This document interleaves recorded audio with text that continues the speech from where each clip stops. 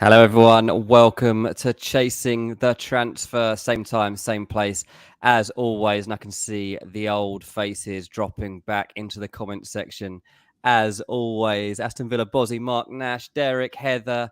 Thank you so much for being the first ones jumping in there. Thanks to everybody else joining us tonight as well for this transfer special on a Monday night. Graeme Bailey from 90 Min is with me as ever on these transfer nights. You can see how busy he is. Look, just look on his face right now. This man never stops working. You never know what is in the other earpiece from the one I'm speaking in because he's just constantly got information coming into that brain of his. How you doing, mate? Are you okay? Yeah, I'm just sending some messages. It is busy. Yeah, it's just kicking off a little bit. But yeah, all good, all good. Delighted to be here. I'm really enjoying these shows. They're nice breath of fresh air. So I hope everyone's enjoying it. Yeah, are you working on Newcastle stuff right now? Because I just saw that Livramento information dropping from John Percy about 5 minutes ago. Yeah, as I said to you off air, I was speaking to someone about Walker Peters. So it surprised me a little bit about Livramento. I think it's probably one or the other, and I think they'd take either. Newcastle are actually looking for a fullback who can, it seems, who can play either side. I think Walker Peters ticks more boxes, but Livermento's younger, but they'll still demand a lot of money for him. So we'll see. And then the centre half thing with them as well is kicking off, and the James Maddison. As we talked about before, we've done a Newcastle show already, but we might have to do another one pretty soon. Yeah, you could do a Newcastle show twice a week, basically. That is the situation we are in. Evening to everybody else that is joining us right now. Torben, Mark, Daniel, Haley, FPL Soccer Crazy Gets Footy. I'm 1974. Thank you, everyone, for dropping in. Get your questions in. Tonight is a bit of an Arsenal-focused show, mainly. So when we get to the source meter, we're going to be studying some Arsenal transfers. We're probably going to lead the show with some Declan Rice chat, with some Moise Caicedo on the back of it, but we're totally open to anything you guys want to talk to us about. As always, this is your show, so get your questions into the comments and I'll make sure that me and Graham are poised to give you our answers. Aston Villa Bozzy says he loves the content from Graham and then says, and you too, Dean. Thank you very much, mate. Very gracious of you to include me on the end of your sentence. Rice to City, I've been told, says Daniel Valentine. Interesting info, Daniel. Tell us your sources, mate. Tell us your sources, or we're not going to be believing it. There is obviously something in it, but I still think Arsenal primed for this one. FPL Big Head says Arsenal fan here. Let us know what you think, Big Head. Do you want Declan Rice in at Arsenal at any cost? Who else do you want in the door this summer? It could be a very, very promising transfer window for Arsenal. It's been mad, mate. There's so many transfers in this window already. We're like a week and a half, 2 weeks in. I don't think we are actually. Are we 2 weeks in yet? I don't think we are. I've never chased so many rumors in this small window at the start. Like over the course of a window, of course, but like it's been crazy. I don't know if it's that like there's more ITKs on Twitter than ever before, and I'm having to chase a lot of stuff that wasn't true in the first place, or if the world of transfers are just changing. A little bit, I guess. So a lot more information is coming out. It's just the pressure, as we know, the pressure to get stuff first, but we like to be accurate as well. And it's never ending. But hey, the world would be a boring place without it, wouldn't it? Really would. What we're going to do? You know what we're going to do, Dean? Sit and watch Love Island, which I will be doing later anyway. But what else are we going to do? Mate, I haven't watched Love Island since like the second season of it. It was such a good one that I peaked and I dropped out of it forever. FPL Soccer Crazy wants to know if I'm going to get a new mic before the beginning of the season. I am. Yeah, I was thinking that to myself today. I was recording my other podcast on Ranks FC and I was holding it throughout the show and I was like, this is so annoying, Dean. Just get a stand or get a new microphone. What are you doing? Like this, I am starting to annoy myself. Headphones set, you can multitask in. Yeah, I've actually reverted to AirPods the last week or so. I've just lost mine on my dog walk the other day. I lost my Google mate. earbuds. So if anyone finds them in the Teesside area, if you find some Google earpods, olive colour ones, then please return. Do you know, once I was getting off a train in a tube in London and I had my AirPod in, and as I was getting out, I thought I'm going to actually take my AirPods out as I get out. I took one out and someone like knocked into me. It just went flying straight down the gap. I'm just like, Oh. you can't do anything. Like the bloke couldn't say anything. I couldn't do anything because I had to get off the tube, and he was staying on it. It's like there's no way rescuing it. It's gone. That just cost me £110. Cheers, mate. Anyway, we do go on. Mark Nash says, Ocampos not keen on Fulham, Dean. Not sure that he's not keen on Fulham. I would say he's probably keeping his options open for now. There would be no reason really for Ocampos to rush into the Fulham transfer. There is definitely some substance to it. And it would be a good signing for Fulham, but it would be completely understandable that he would want to keep his options open. Wouldn't surprise me if the likes of Aston Villa was to get involved in that. I think Monchi signed him once before, so wouldn't be surprised at all if he was exploring that one. And Hearing a bit of Wolves for him, Dean. Wolves, yeah, well, I don't know what his valuation is because Wolves aren't supposed to be going above 16, 17 million from what I've heard this window. No, but I guess they've earned a slightly more on Nevers than they thought they were going to get. So maybe an extra little bit of money in the coffers. I hear around 50 million euro for Campos, which in today's market, what can that buy you, Dean? You can't buy the Championship's best player for that. So no wonder teams looking abroad. Yeah, absolutely. Mark says, hence the Tannoy announcements, Dean, mind the gap. I always thought that was just like, don't fall down the gap. I wasn't like, don't drop your stuff down there. But yeah, it's all encompassing, Dean. Yeah, don't drop anything. Don't step down there.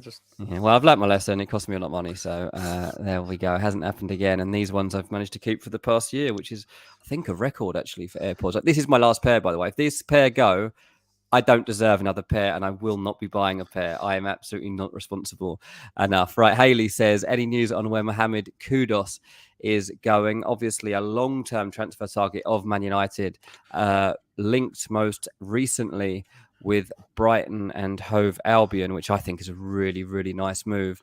Now, I was speaking to you this morning about the show and stuff, and I think we've heard a slightly different stuff on Kudus because I see Kudus as an attacking midfielder. I feel like that is where he's going to thrive long term. But you think that the Man United interest isn't really too centrally poised around him being a midfielder, do you?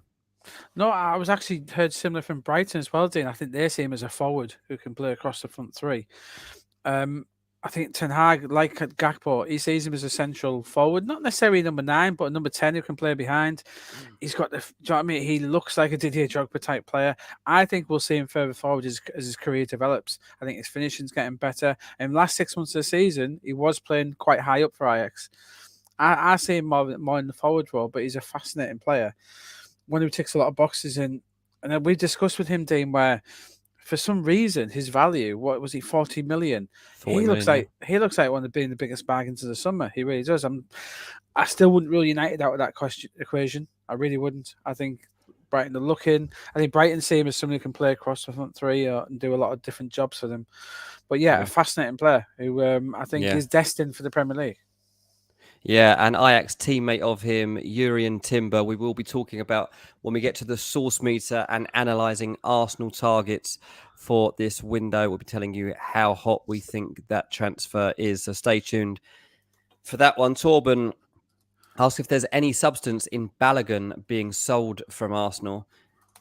I think he should be sold. I think that he should be pushing for a transfer, to be honest. If there's no space for him to fit into this squad, then I don't really see how he can hang around.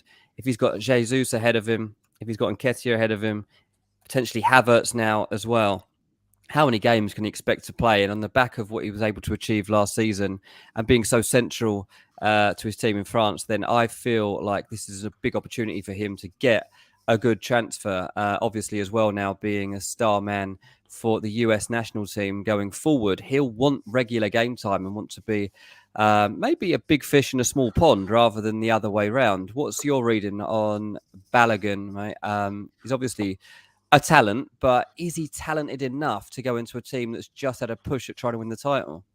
Yeah, it's interesting. I'm going to actually tweet a story out I did earlier in the day about Balogun. Yeah, it's a fascinating one. I think if he was the man behind Jesus, he would take it, Dean. I think he would have a go at that. But as it stands, I still want him to sign another deal and then probably loan him out again, something which he doesn't want to do. For me, it's I like him better than Nketiah. I really do. But as you know, I'm not a huge fan of Nketiah.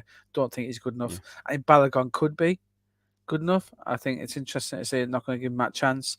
But yeah, he's heading out. I understand that Arsenal have obviously put a price tag on him, Dean, 30 to 35 will get him, which is an interesting price tag because I don't think that puts him out of the reach of some of these French clubs. So, and Serie A as well. Yeah, I think he's going to go. I think he might go abroad, Dean. I do. I think there's lots of clubs who want him. You know, the West Yeah. Hams. You know, even Brighton flirted with him as well. Brentford. He'd be a nice signing to step in for Ivan Toney, wouldn't he?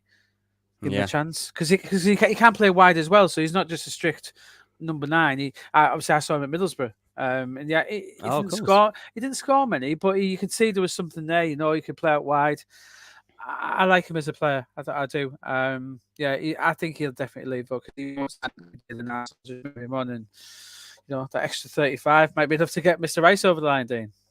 Absolutely, yeah. Aston Villa Bozzy says, I reckon he is Balagon. Yeah, nice one. Like it a lot. Right, let's move on to Arsenal for a second because I did say this would be an Arsenal show and we've barely touched on them so far. Declan Rice is set to be one of the biggest transfers of this summer. Arsenal have been in the driving seat. Obviously, all of their bids so far being knocked back by West Ham United, who still value him to be £100 million in this transfer market. And more than that, want that money over the next 2 years, not over the next 5 years. Now, even last time we did a show, was it Thursday, our last show? Yeah, I think it was Thursday. There was reports that day of Man City going to make their bid for Declan Rice today. And I was like, a bit skeptical about this. I'm not sure there is going to be this bid today. It doesn't quite fit with what I've heard, but I'm going to leave it. I don't like knocking down other people's stories, and you look a bit stupid if you go and do that. That bid still hasn't arrived. Even today, there's been stories saying, Man City bid coming, another Arsenal bid coming.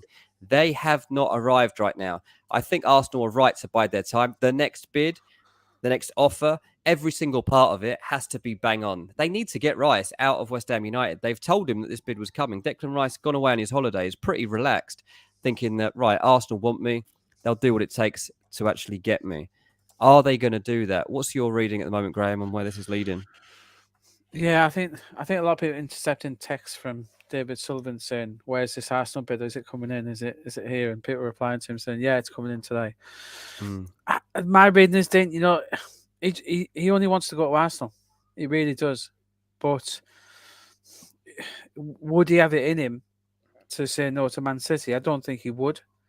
But then again, does City really want to bid for a player? If he really wasn't, this is Man City. You know, Man City shouldn't have to persuade a player to join them. But at the same time, it sort of weakens him if they were to get him. He fits in with what Pep wants to do.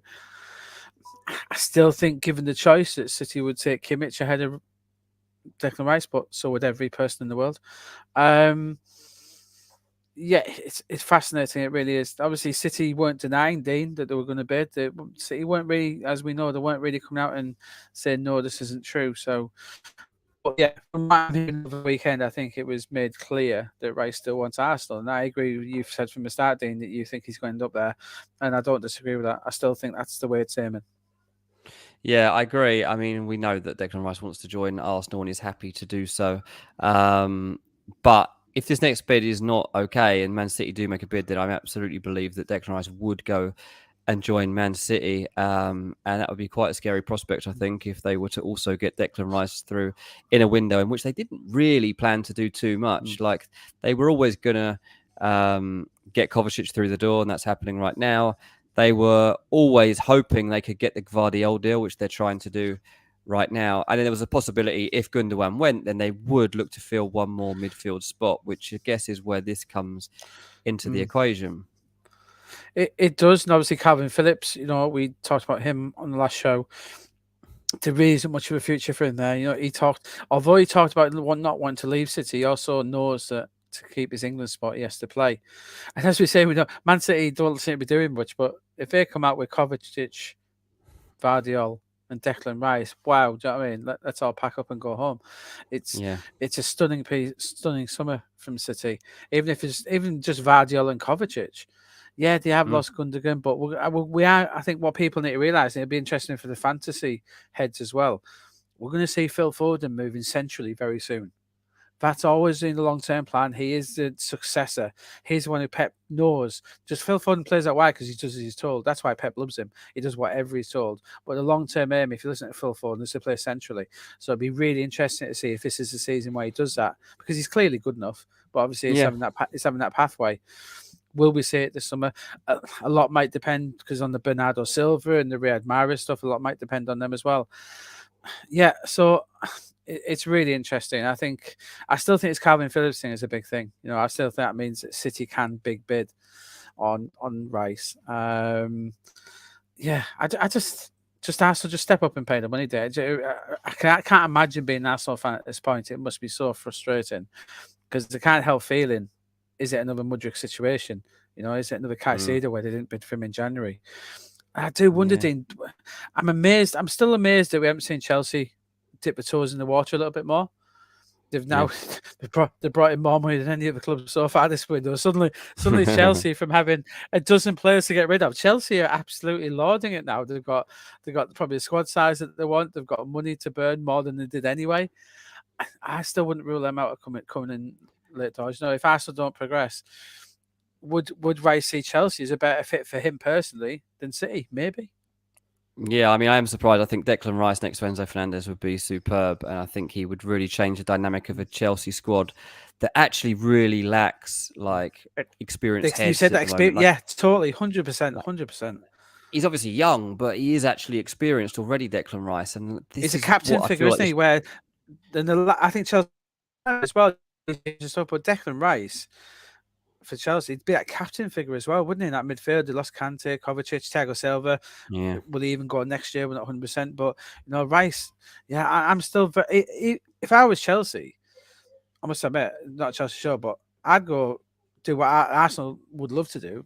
If I was Chelsea, I'd go and get Rice and Caicedo next to Enzo. Mate, that'd be the dream. Yeah, not sure I could handle Chelsea beating Arsenal to another target, and I don't support either of these teams, but that is a wild one. Moise Caicedo, the guy I talked about most regularly as another midfield option for Arsenal. Some say that even if Declan Rice was to join Arsenal, they would still turn their attention to signing Caicedo, and that would be a huge outlay. That would mean spending 90 to 100 million pounds on Declan Rice, and pretty much the same on Moise Caicedo. Now, latest reports suggest that Brighton want 100 million pounds for Caicedo because of the way the market is going. I spoke to somebody earlier on today who thinks that that's probably a bit of a PR play, and that really 70, 80 million pound up front with a few in add-ons probably going to be enough to actually sign Moises Caicedo. So a total fee of like 85 million pound might be doable to get Caicedo, and that seems reasonable. Man United linked with him. I can't see it. They haven't got the transfer budget, and I'm not sure they've got the urgency and the efficiency to actually get a deal done like that. It's a really tough one, Dean. It's fascinating how it's going. I think the one thing we need to remember with Brighton is obviously they got a little bit less than what they thought they were going to get with McAllister. They do strenuously deny there's any release clause in the Caicedo deal, but then again, they did the same with McAllister for a while. So we'll see where that goes. It's what the Rice thing probably. Brighton are not in a hurry to do this Caicedo deal, because I think they are waiting to see what happens with Rice. I really do. If suddenly West Ham get 120 million total deal for Rice, which is what David Sullivan's telling everyone, he wants 100 plus 20. As the deal. So if he gets that, then Brighton are going to want maybe 80 plus 20, 90 plus 10 for Caicedo. Yeah, I mean, you might be right. At the moment, yeah, I still think that the total package could be less than that, but maybe the Rice deal does end up dictating which way it goes. We will get onto more of Arsenal tonight when we get to the source meter in 5 minutes or so. Punter says, I wonder who Brighton is going for after losing Trossard and McAllister now. As Mark says further down, they've already brought in Dahoud from Dortmund. They signed 3 players, haven't they, already this summer? I think Brighton, they did them all so early. I've forgotten James Milner, all about it. Milner, Dahoud, and who's the third there was one? Other. There was one other as well. Yeah, there is another one. But anyway, so they've kind of signed 2 midfielders already there. So that is interesting. Just got an alert. Graeme Bailey says Arsenal tell Balogun to step up, search a new club. Thanks for that, mate. That's just popped up on my phone. So I am well terrible. done. I must admit, we talked about this. I'm terrible at tweeting. Where that was a story I did quite a few hours ago, as you know, and I just get terrible at tweeting. But don't Oh, worry, I trust am me, mate. retweeting all the things. I'm worse. I often, about to go to bed and I'm like, oh, I haven't tweeted anything today. So 11 o'clock, I just fire out a couple of tweets, which no one reads because everyone's in bed. But at least they are on the timeline for a We're later too busy. date. That's a good thing. When I speak to people in the game as well, they always apologise for not getting back to me or whatever. I always say to people, Dean, I'd rather speak to busy people than people who start doing nothing. Yeah, if you've got, apart from Fabrizio Romano, who literally makes his living through Twitter, and that's all he has to do. He doesn't have to write the story; he can just break it right there, and then that is his job. And he's working like 20-hour days, just sat there, like getting a story, just pushing it out. Most people have to actually sit down and write the stuff, or have long chats that people then transcribe into articles. Yeah, so that's kind of where we're at right now. I've seen a bit of a chat going on in the comments between a few people about Hakimi and Man City. Doesn't really make any sense to me, this rumour. I think Man City are coming away from this model. If they wanted a player like Kyle Walker, they would keep Kyle Walker. He did go a long way to repairing relations at the back end of last season, putting some big performances. I think that that game against Vinicius was a big one, no doubt about it. And I think that looks like it might be enough to make sure that Walker stays. But honestly, is not looking the case. The interest in Kyle Walker from Bayern Munich is definitely real. So he's definitely been contemplating a move abroad. So that's been interesting. And I just don't understand that Man City would replace Kyle Walker with Hakimi. There have been no plans, as far as I know it, to sign that model of fullback in this transfer window up to now. So unless they have an about turn, or unless there's something I just haven't heard about, that is not going to be the case. I think Vardiel comes into that defence. You have your 5 centre-backs, and you have like Rico Lewis and Sergio Gomez. And that's basically, I think, how you go at it because of the style of football that they've been playing. Yeah, I think maybe if there's any fullback to come in, it'd be a left back. Dean Sergio Gomez hasn't really impressed him too much, but Rico Lewis, he's the heir apparent. He's there, and yeah, Kyle Walker's an interesting one, as we said before. It's the issue that he didn't play at last game, and obviously it brings on the Cancelo. You know, he's City confirmed he's not coming back, and he remains on Arsenal's list. He's a really fascinating one. Obviously, we'll move on to their other options, but yeah, there's no way back for Cancelo, which is interesting. You know. I think if you get on the wrong side of Pep and City, they've got that stern side as well, City, where they're not just they prove that, you know, if you get on the wrong side of them, it's not. It's an unbelievable model, isn't it? Whereby you're happy to let Cancelo and Kyle Walker leave the club before they're finished. Like Kyle Walker's still one of the fastest players in the game, still one of the smartest players in the game, still one of the best at one-on-one defending in the game. The last 6 weeks of the season, he was probably the best defender in Europe, wasn't he? He was fantastic. But that's the way they work. And, you know, Bernardo Silva, obviously being told he can leave. Mahrez might do this. And I guess it's because they're sat at the top of the tree. It's easy, isn't it, to say, oh, well, you can go because we're probably going to sign the best in the world. Hakimi would certainly be a very good signing for City. But no, I haven't heard his name. And I think that PSG, the sales from PSG won't involve him because, you know, Luis Enrique is coming in to PSG, and he'll want to keep some of the star players. You know, they can't all go, especially if they lose Neymar and Mbappe in the same window as well. And obviously Messi's already gone. So I think Hakimi is one of those players where I think he might flourish under Enrique, and so I wouldn't expect him to be going this summer. Yeah, thanks everyone that is joining us tonight for this transfer chat. We're about halfway through. We're going to be getting to the source meter in a minute. Great to see all your comments. If you could give us a like and a subscribe if you haven't already, we would really appreciate it. Get us noticed a bit more on YouTube, so more people are seeing these shows. We are enjoying doing these transfer specials. It will obviously revert to an FPL show later in the summer, but for now we want to keep things fresh. We want to keep you guys up to date with how we see things shaping up towards next season. Mike Parsons has dropped in a message which is actually very relevant to you, Graham. I think you broke the story. He just says Collins to Brentford. You were the first person I saw write it, at least, so you should claim it even if it wasn't yours, mate. What do you know about the shape of this one? Yeah, I think in the notebook last week where, they've gone to 25 million. Brentford is true. It is true. He's moved. Nathan Collins, this is the Irish defender from Wolves. He's heading to Brentford.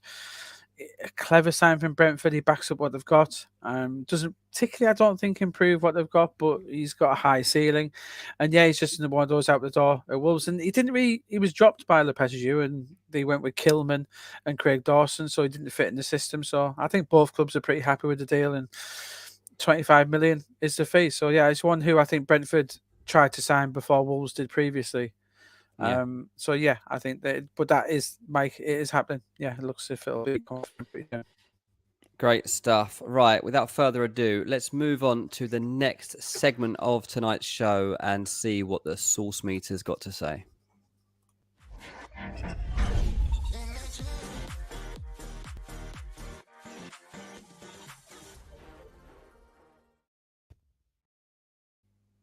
We love this part of the show. We get some big transfer rumours and we rate them.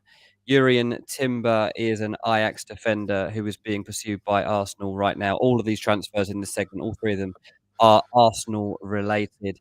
Jurrien Timber, so far, a £30 million offer gone in for him, rated at £50 million. So as ever, Arsenal got some work to do to actually complete the deal. But there is confidence growing here. I've gone hot, I mean, because there's absolutely no doubt that this one has got legs and could happen. He's also a really good fit in terms of what they want to do with their defence. He's adaptable on the flank of the defence or in the centre, so that is very useful. He could be moved forward to into the base of the midfield at times. I really like it. I can't believe that they're going to be able to sign him unchallenged, which currently looks like it might be the case. Also, the personal terms around Jurrien Timber are kind of blowing my mind because we are used to people making transfers to big clubs and looking at like £200,000 a week, £250,000 a week, £300,000 a week. Jurrien Timber is looking at £100,000 to £150,000 a week. This is one of the low-end personal deals that I have seen of this level because I feel like this is a guy that I would have easily expected to be going in at 150, but it doesn't seem like that's going to be the case. I even saw one tweet go out earlier on, I can't remember who it was from, saying his base wage at Arsenal that would be agreed is £90,000 a week. It's an unbelievable bit of business from Arsenal if they were to actually get Jurrien Timber on those sorts of terms. Mark says another target United will miss out on. I can't believe that United would actually miss out on this one. I mean, Jurrien Timber and Ten Hag was a link that preceded Ten Hag even coming into Man United. Before he'd been appointed, it was like Jurrien Timber was going to be his first signing pretty much. He hasn't arrived. What is your reading on this? Do you also go hot on it? I got extra hot as it sounds. Yeah, I think it's virtually done dusted. They're getting there with the fee. They went in with 30 and it was 60 they were asking for. It's already up to just late 40s. It's nearly done. It really is. Ajax have not standing in his way. Yeah, the deal in terms of terms does seem on the low side. Then especially with someone who he's coming in to start as well. He's not just a squad player here. He's got a very good chance of starting at that right back in that pivot role. The opposite side to Zinchenko, do a very similar job, bit more defense minded. So I think he gives them an extra bit of defensive cover where if Zinchenko, they can go to a 3 when they need to. Dean, I think he's an exceptional player. I'm amazed that the United haven't gone for him. I'm amazed that Liverpool haven't come for him as well, Dean, because they liked him as well. Yeah. I'm surprised they both haven't come for him. They both need defensive help. They both need defensive help on that right hand side. He'd be perfect to go into Liverpool and allow Trent to push up as well. Yeah, I'm very surprised. And it's a great deal for Arsenal if and when they get us over the line. I rate him as a player. Could be their new Gallas, as I said on a previous show when I first reported on him 2 years ago. A lot of people described him as the Dutch Gallas. I think he's an exceptional player. And, yeah, I think even under £50 million, I think it's a good deal. I really do. Very clever piece of business from Arsenal. Yeah, I mean, we saw obviously at the back end of last season one of Arsenal's big flaws in the squad, but they just weren't prepared in terms of depth for what they had to deal with. Like that Arsenal squad wasn't ready to go head to head with Man City down a home straight and match them result for result. And when you've got Rob Holding marking Erling Haaland, you're in big trouble. And unfortunately, like, this isn't a personal attack on Rob Holding, but we all saw what happened. He was not at the level for a team pushing to win a Premier League title. You can attack Rob Holding all you want. He's not going to catch you. I just don't like to bully people. It's unfair, especially when they can't hear. But yeah, Rob Holding, not cut out for that level of football. I think it's fair to say. He's repaired his hairline. I'm not sure he can repair his footballing talent to this degree. So Yuri Timber, an unbelievable upgrade to what Arsenal have had in the past. Bozzy says Timber is an Arsenal fan, I believe. So the deal makes a lot of sense. Is he? I think I read that he was a United fan, and then he was Virgil van Dijk's best friend when he was linked to Liverpool, and etc. We've heard a few of those ones, especially around him. We've heard a few. Yeah, I've been quoted as saying I'm a big Graeme Bailey fan, but take it for what you will.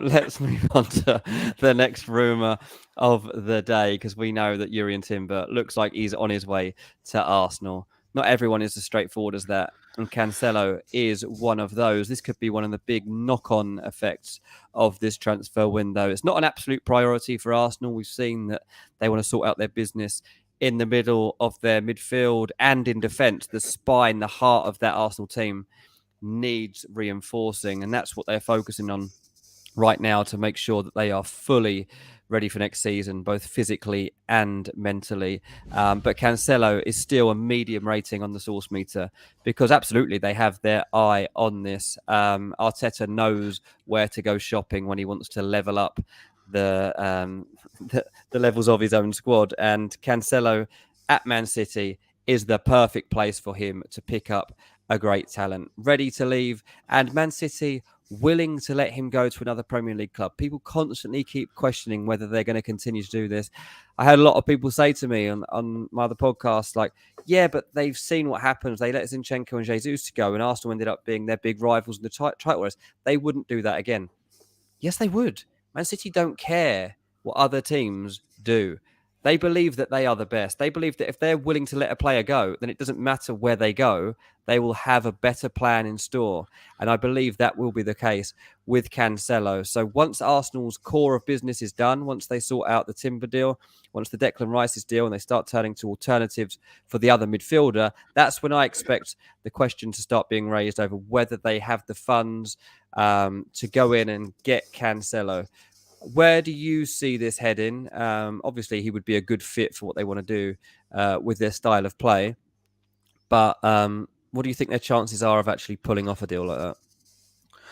I think it's fascinating. I said they're going to upgrade with Timber, but I think if a Cancelo deal is there for them to do, I wouldn't necessarily rule it out. It depends what City are willing to do. I could see City letting him out on another loan, Dean. You know, if they don't want him back at the Etihad, so I could see them loaning him out again. Obviously, they want to sell him. They want him off the books. He's come back from Bayern. Obviously, they weren't willing to pay, what was it, 70 million release clause at the time. I wouldn't rule out Bayern coming back. They look like losing Hernandez, Pavard going as well. So I think Cancelo still looks a very good fit for Bayern for me. You know, covering both sides of the pitch. But then again, look at Arsenal. He could do the both there. You know, he's a player that can cover two positions brilliantly. So he's worth his weight in gold as well. You know, where you can let another player go. You can let two players go and literally have Cancelo covering left and right back. So I think that appeals to Arsenal as well. And I don't think Timber signing necessarily means that we definitely won't see Cancelo at Arsenal. It's unlikely, depending on what the deal at City want, but I wouldn't rule it out necessarily. Yeah, absolutely. By the way, Sammy Mukbel of the Daily Mail has just tweeted that Arsenal have made an improved £41.5 million offer for Yuri Timber at Ajax. They're hoping for a positive conclusion in the coming days, according to Sammy. So that one already starting to move on. That would be a big, big piece of business for Arsenal to get done by the end of June. That would be outstanding to have in the bag by the time pre-season begins. So that is exactly where we're at. And it does raise the question whether they'll even need Cancelo. Somebody just mentioned in the comments, well, would he even play over Zinchenko? Not necessarily. He can obviously play on either side of the defence, but it depends what you're looking for from the fullbacks. Ben White is still in the squad, like he's still an option. They have got quite a bit of depth. I mean, right fullback was talked about quite a bit last season, though. So maybe that's where it would come in. I wonder if we'd see. It wouldn't surprise me to see Tommy Ashu linked with a move as well, Dean, and he's probably going to head out in this window. And obviously, Fulham legend Cedric is back at the club now, so we need to move him on as well. I'd forgotten about that. Yeah, that went well, that deal. We got a lot of value out of having him for the second half of last season. So thanks for that. Yeah, that is very, very good stuff. Let's move on to the final Arsenal transfer rumour of the evening. Can't remember who it is. I'm going to have to wait. Yeah, it is. It's Romeo Lavia. Of course it is. He's the guy that is good, but never quite seems good enough, so much so that I just forgot his name. This guy, to be fair, he's awesome. He's 19 years old. He was Southampton's Player of the Year last season, and they are hoping to get £40 million for him in this transfer window. Arsenal would not have a free run at him. Chelsea are heavily linked. Man United not as heavily linked as they probably should be, because he would be a very good fit for what they are looking for. I think he's been linked to Newcastle. I imagine he has. But yeah, we've gone for a mild rating for now on Lavia, largely because Arsenal's focus is on Declan Rice. And then, so we hear Caicedo. But further than that, there's going to be big competition to get Lavia. So I only see this as a hot one if they miss out on Declan Rice and they have to go full steam into another deal and just get it tied up. But Lavia, look, he's an outstanding talent. From an FPL point of view, you obviously will never want this guy. Your stats are there to be seen. 1 goal, 0 assists. That is absolutely not what his game is about. He is at the base of any midfield, breaking things up, setting the tone of play, and just basically making the machine work. So I love Lavia. I think he's a really good player. I'm excited to see where he ends up. There hasn't, honestly, like for all the talk of Lavia, it's all been quite vague, hasn't it? There really hasn't been anyone taken the opportunity to go out and sign him. And I feel like this is a great opportunity for either a Man United or a Chelsea and Arsenal to get in ahead of the others. Yeah, obviously, with some previous shows, I wouldn't be surprised if he started the season. I don't think he'll finish the window with Southampton, Dean, but he's a good option for so many teams. I think he'd be a better option for United than Mason Mount. I really do. You know, someone who can provide that cover for Casemiro. He can play in there as well. I like him a lot, and yeah, it wouldn't surprise me to see Liverpool and United become more involved in this, Dean. I think they probably will. I say he's not first choice for a lot of teams, but he's definitely high up on the list. I think there'll be I think there'll be more in for Lavia. I do. Chelsea, you know, Joe Shields is there, knows him well, signed him before. It wouldn't surprise me, you know, when it comes to Chelsea, do we bring reasoning into it? You know, they've signed Enzo, Caicedo, would they sign another youngster? We don't think they would or should, Dean, but whenever did Chelsea listen to anyone like us? So I wouldn't necessarily rule Chelsea out either. Joe Shields loves him. And to be fair, they've got a bit of money to splash around Chelsea. I wouldn't surprise me if he was if we brought in 3 centre midfielders to go with Enzo, and if it was 4 in there, it wouldn't surprise me if he was one of them. Yeah, I mean, it looks like Chelsea are making Caicedo their priority right now, and that they feel they would be able to strike a deal with Brighton. I don't think that is the only plan they have on their minds right now, though. Like you say, there are other things to be looked into, and Lavia should definitely be one of them. We will open this up now, people, to become a general Q&A chat again. So let us know anything you want answering in the final 20 minutes of the show, and we will get to you, I promise.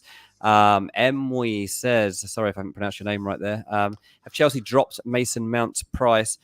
I heard they dropped the price to 60 million. Don't think so. I don't think that's what they are wanting to do. I mean, they're going to have to if they want to get rid of Mason because of a problem with him internally at Chelsea. So they tried to strike a deal at 40 to 50 million pound. As soon as that didn't happen, United start heading into territory for paying normal market price for a player they actually didn't particularly need and starting to affect other areas of their transfer business. So I don't know about you, Graeme, but I'm not sure I can see United meeting Chelsea where they want to be. Yeah, it's interesting. I think Chelsea would take 60, Dean, but I don't see Man United paying it. They're sticking really firm, United. The two of them, they're not even that far apart now. You know, what did 55, 65?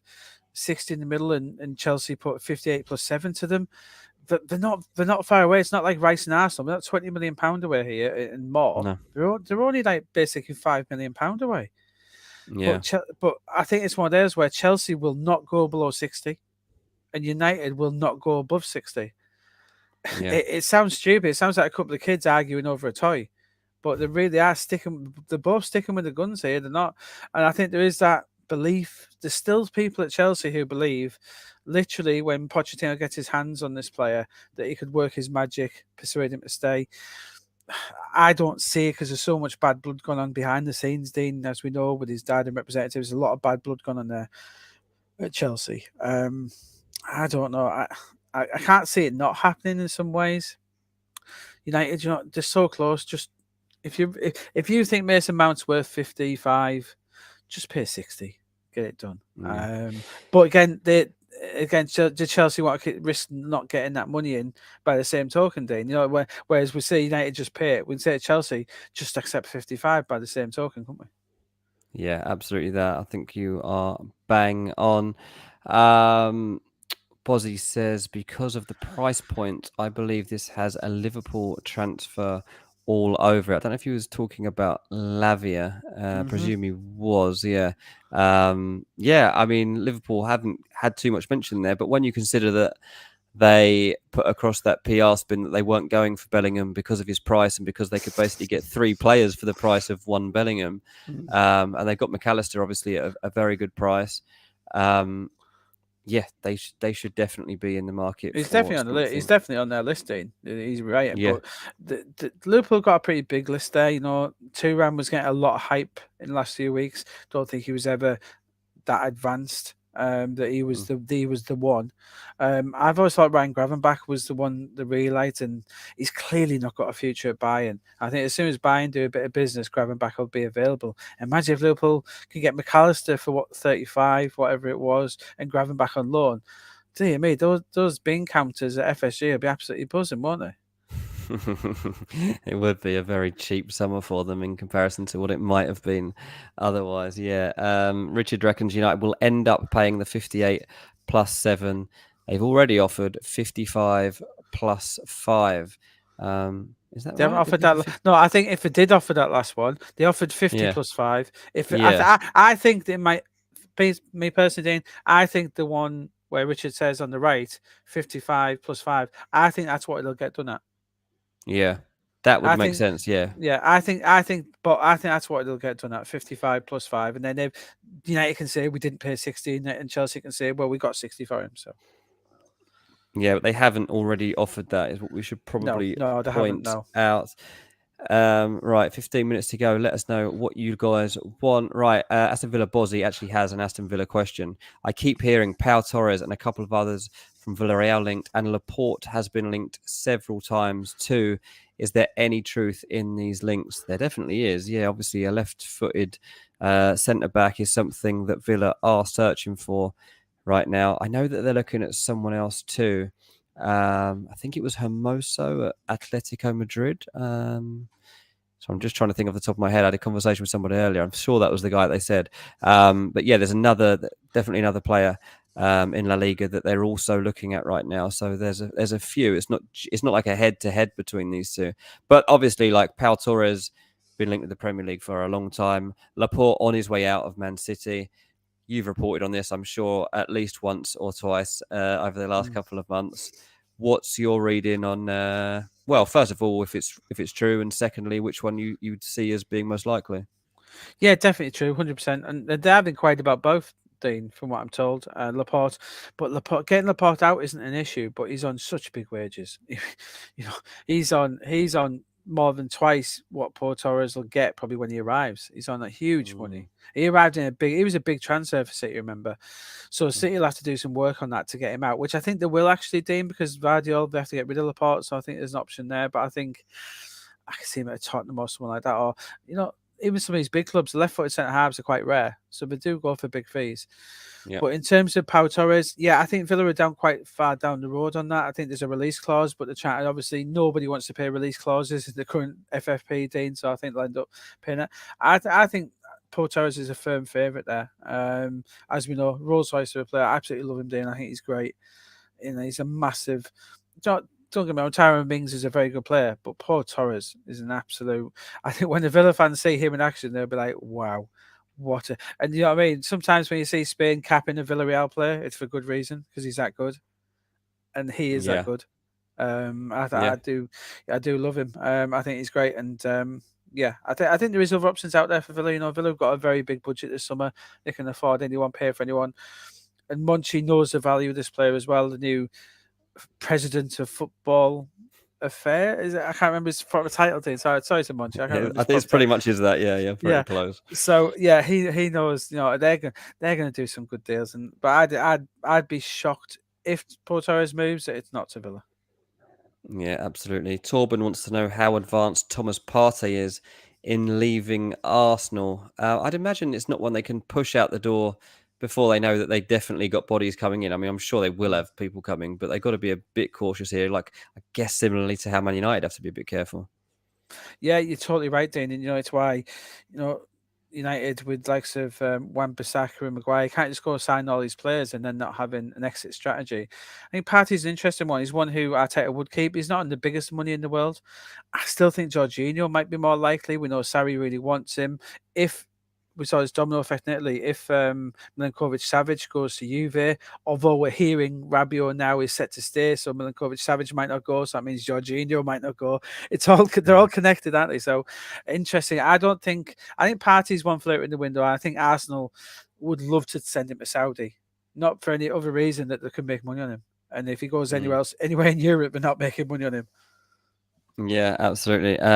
Bozzy says, I think Emery will play a centre-back at right-back next season. He likes to attack using the left-back, so that's why I believe we are linked to several centre-backs. That is a very intriguing Some defensive right-backs. So Thomas Mounier, a player who has been linked to Villa, and he's more defensive now.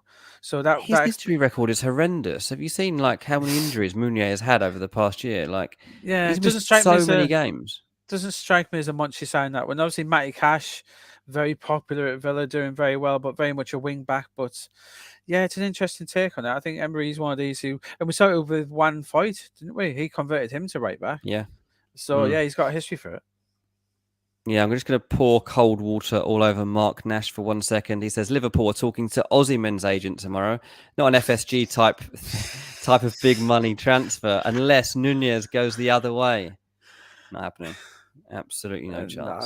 Liverpool are one of the most well-stocked front three in Europe, and they're very happy with Cody Gakpo as their centre forward, and I think if I'll throw one out there, if Liverpool did make an investment in that front three, I think they'd bring Mane back, but that's the only one I can see.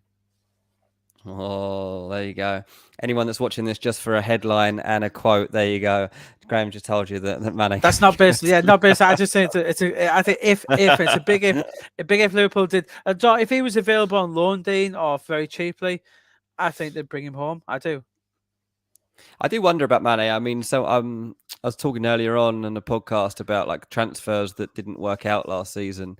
And Mane was obviously one of the most high-profile ones where you just wonder, like, how does he feel about that transfer that he made? It just was such a strange season for him. I know that in the end they ended up winning the league, but there were so many problems throughout the year, and on a personal level, he can't have particularly enjoyed it. It's just the wrong club, wasn't it? Wrong club, possibly the right time, but you know, it was the way it went on, and yeah, I think he was right to leave Liverpool at that point. I don't really have a problem with that. They had to break it up at some point, and he was right to go to a club like that where he was definitely going to win things. Fine, but doesn't always work out. Bozzy says we were rumoured to be interested in Dumfries as well, and Konsa or Carlos could play that role too. If Dumfries leaves, I'll be amazed if he ended up at Aston Villa, considering all the clubs that have tracked him over the past 2 years. I'd be amazed if Villa managed to get the jump on them, but maybe that is why you have the new recruitment structure you do, so that you get the upper hand on making special very deals quiet on like him. that happen. Dumfries has gone very quiet, actually. Even United always liked him, but again, they've got to get players out. It's been, in terms of England, it's been very quiet on Dumfries the last few weeks. Yeah. Nobody asking this at the moment, but a big transfer that I think will be talked about this week will be James Maddison. We're finally getting a little bit of movement on Maddison. He's valued at Leicester at least £55 million. Newcastle will not be going to £55 million, we're told. And I don't think that Tottenham are that keen to go to £55 million either. We'll see an opening bid very soon, I believe, from Tottenham. But I don't think it's going to be what Leicester are looking for. And there's no way that Leicester are going to be in the mood to let Maddison go for a bargain fee. This is a club that always strives to get top value for their players. And I don't think it matters that they've suffered relegation. They will still be looking to get, a lot of money through the door for him.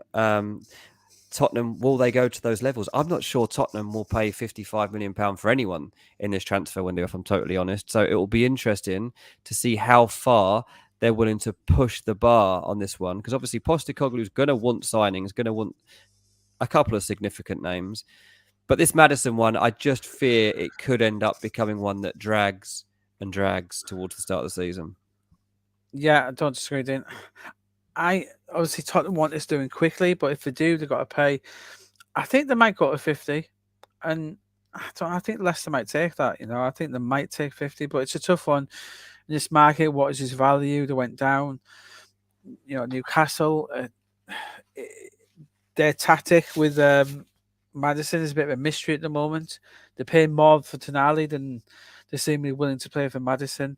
Yeah, it's a really complicated situation with Maddison. I said we've had that gut feeling that Tottenham are going to win the race, and I still believe that at the moment that he's more likely. Do you think Newcastle are even bothered about still being in the race? I haven't got any indications that they seem that bothered. That's the mystery. They haven't denied their interest. They haven't denied they're in talks. They haven't said that they didn't want him since the bid for him last summer. They bid 50 million for him last summer, which is a strange thing. I think. Yeah. I don't know. It wouldn't surprise me. I think I make Tottenham slight favourites at the moment. Wouldn't surprise me if they get Tonali done, come home and bid for Maddison. They do need this player, Newcastle. They do need this extra player to unlock defences, as we've said before. It's a really tough one. I think he's such a good player. I think Newcastle could regret it if they don't do something. But then again, if they go out and get your favourite Szoboszlai, Dean, then they'll be very happy. But no matter what Newcastle do now, they need to pay. They need to pay some money to give that extra body in there for Tonali and to Guimaraes to aim for, to pass the ball to. That's who they're not. I was going to call them cloggers there, Dean. It's very unlike Tonali and Bruno, but not cloggers in any way, shape, or form. But two wonderful midfielders. But you can imagine being on the end of their creativity, and Newcastle needs someone there. Yeah, absolutely. That right. Last few minutes of the show, we'll just address a few transfers that are coming up. Chelsea close to agreeing the deal and signing Nicholas Jackson from Villarreal, striker, only 22, got 13 goals in La Liga last season. He fits the profile perfectly for what Chelsea are looking for, and that deal will happen. It'll then be a case of whether Chelsea look to sign another striker. I think big conversations need to be had with Broja in the coming weeks as they get into pre-season. Chelsea due back in at the start of July, which is when Mauricio Pochettino officially begins work in his new job. So that won't be too far away. If Broja isn't convincing to a Chelsea standpoint of being a number 9 for them, then I think they will go in the market for another centre forward. Interesting too to see how Nkunku does. At the moment, Chelsea's attacking options for next season: Nkunku, Mudryk, Madueke, Raheem Sterling, and Broja. So that's what Nicholas Jackson will be lining up with as it stands.